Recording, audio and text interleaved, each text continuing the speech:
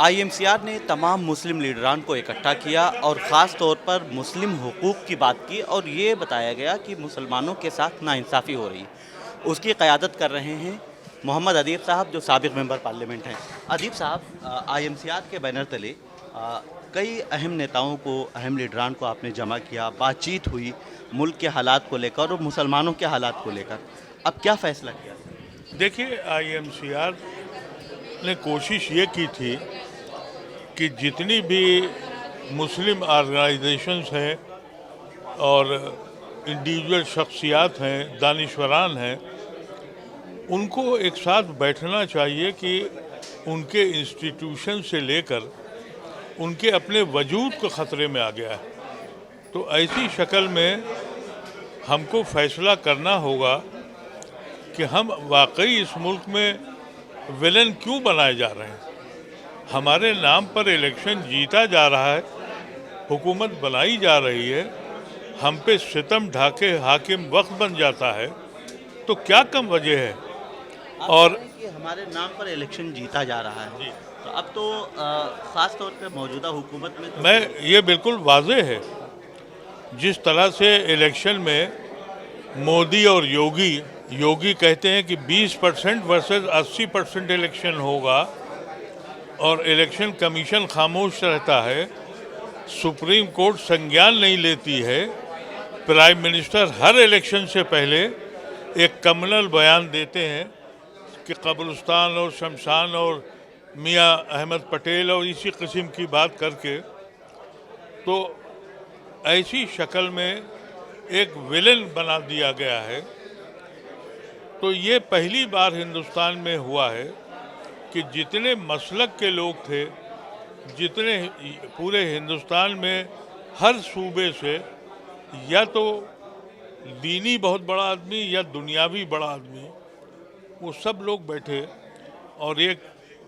فیصلہ طے ہوا کہ بھئی یہ مسائل ہیں،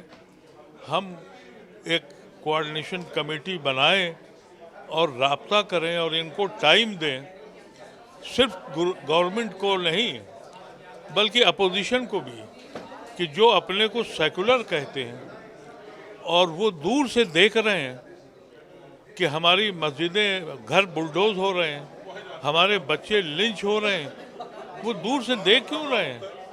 اگر وہ کانسٹیٹیوشن کے محافظ ہیں تو وہ بات کیوں نہیں کرتے ہیں؟ وہ ہمارے لیے کھڑے کیوں نہیں ہوتے ہیں؟ اس بنیاد پر ہم ان کا 3 مہینے انتظار کریں گے، پھر اس کے بعد پھر بیٹھیں گے اور لوگوں کو بٹھا لیں گے اور جمہوری طریقے سے جو بھی کر سکتے ہیں وہ فیصلہ ہم پھر کریں گے۔ آپ نے کہا کہ تمام مسلم لیڈران کو یا تمام مسلک کے لوگوں کو آپ نے اکٹھا کیا، ایک اتحاد المسلمین کی بات کرنے والے اسد الدین اویسی صاحب آپ کی میٹنگ میں بھی نہیں تھے اور آج کی پریس کانفرنس میں اویسی صاحب غائب رہے۔ اویسی صاحب کو کیا آپ نے نہیں بلایا تھا یا اویسی صاحب؟ میں نے اویسی صاحب کو بلایا تھا اور مجھے افسوس ہے کہ وہ نہیں آئے۔ ان کو خط بھی بھیجا تھا، میسج بھی ڈالا تھا، اور ان کا جو واٹس ایپ پہ جو میسج ہے وہ میرے پاس محفوظ ہے، جس پہ انہوں نے کنفرم کیا تھا۔ معلوم نہیں وہ کیوں نہیں آئے، لیکن ان کا دہلی کا جو پریسیڈنٹ ہے وہ موجود تھے۔ جی،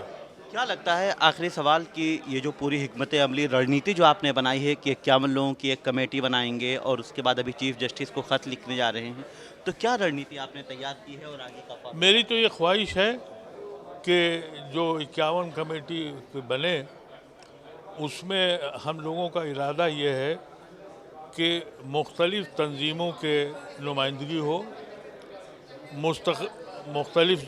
مسلم تنظیموں کی مقابلہ ہو، اویسی صاحب کی پارٹی کی بھی نمائندگی ہو، اور دانشور ہوں، بیوروکریٹس ہوں، اس طرح کے سب لوگ اکٹھے ہوں، تو وہ ایک انکلوسیو ایک پارٹی ہوگی۔ جو کوشش کل کی گئی وہ قائم رہے گی۔ تو محمد ادیب صاحب نے بتایا کہ 51 لوگوں کی ایک ایسی کمیٹی بنائی جائے گی جس میں سبھی لوگ، تمام دھرم کے لوگ، تمام مذہب کے لوگ، تمام مسلک کے لوگ شامل ہوں گے، اور اس کے بعد میں یہ کمیٹی جو ہے وہ آگے کام کرے گی۔